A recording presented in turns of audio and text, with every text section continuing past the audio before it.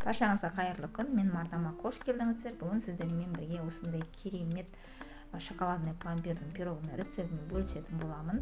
Дәмі деген енді сөзсіз керемет, ауызда еритін пирогтардың бірі. Видеоның соңына дейін көріп, менімен бірге жасап көріңіздер. Арнама тіркеліп, лайк басып, пікір қалдыруды ұмытпаңыздар. Алдымен біз қамырын дайындап аламыз. Мұнда менде ұн және де осылай какаомызбен разогретімізді міндетті түрде електен жақсылап өткізіп алатын боламыз. Жақсылап өткізіп алдық. Ендігі осы құрғақ ингредиенттерімізді барлығын жақсылап бір араластырып аламыз осылай. Және де үстіне осылай салқын майымызды салып, жақсылап осылай крошка жасайтын боламыз, біріктіріп ұнымызбен. Мына ұнымызды біріктіріп жасап алдық. Ендігі мұнда менде бір дана жұмыртқа, мен алдын өлшеп алдым. Сіздер де өлшеп алыңыздар. Менде бір осы жұмыртқам 50 грамм болды.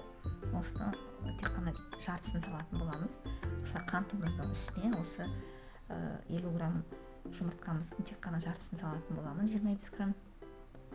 Жақсылап араластырып алып, осы қантымыздың үстіне өлшеп тұрып құйып алатын боламыз. Мұны құйып алдық. Жартысын қазір біз салмасын саламыз, сол үшін алып қоямыз. Ендігі осы қант пен жұмыртқамызды жақсылап бір араластырып аламыз осылай.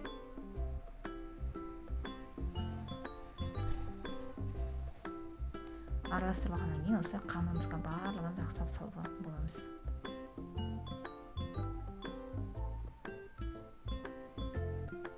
Осылай салып алдық. Ендігі осы қамырымызды біріктіріп, жақсылап қамырымызды еліп алатын боламыз.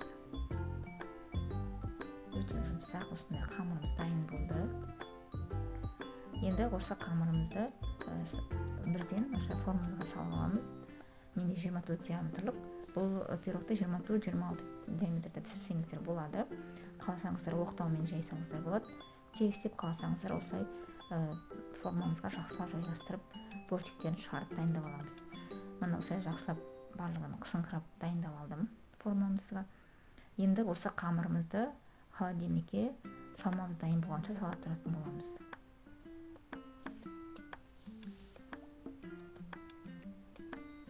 Ендігі салмасынан мұнда менде шоколад үстіне сливкемізді құйып су буына қоятын боламыз. Болса микроволновка печке салсаңыздар болады. Осы шоколадымызды ерітетін боламыз. Ендігі мұнда менде сгущенка. Сгущенканың үстіне мен банағы қамырдан қалған жарты жұмыртқамызды және де бір дана жұмыртқамызды саламыз. Және де қаймағымызды саламыз. Барлығы да бөлме температурасында болу қажет. Осылай барлығын бір араластырып жақсылап біріктіріп аламыз.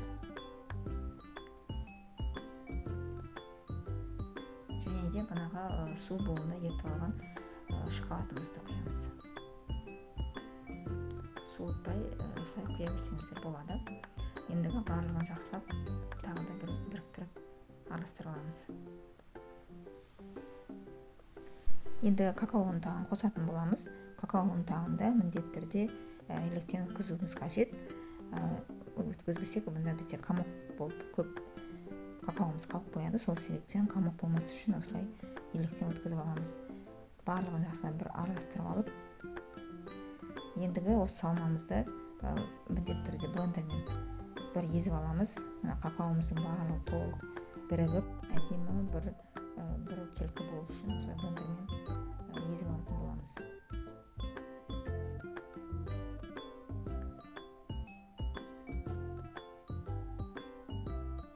Осылай блендермен жақсылап біріктіріп аламыз. Блендермен болғаннан кейін ендігі үстіне біз сливкемізді құямыз.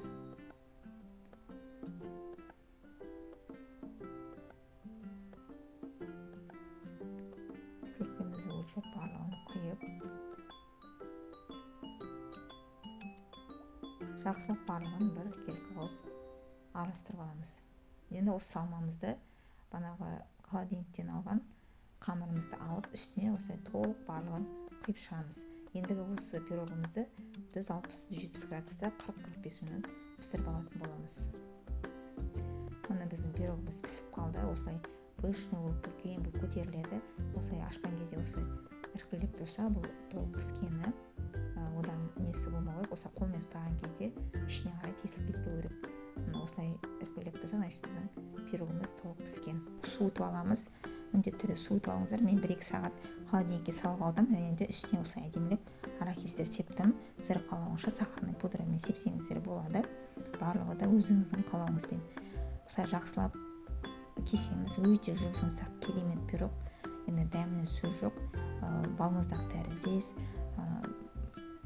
балмұздақ жеп отырғандай өте дәмді болып шығады.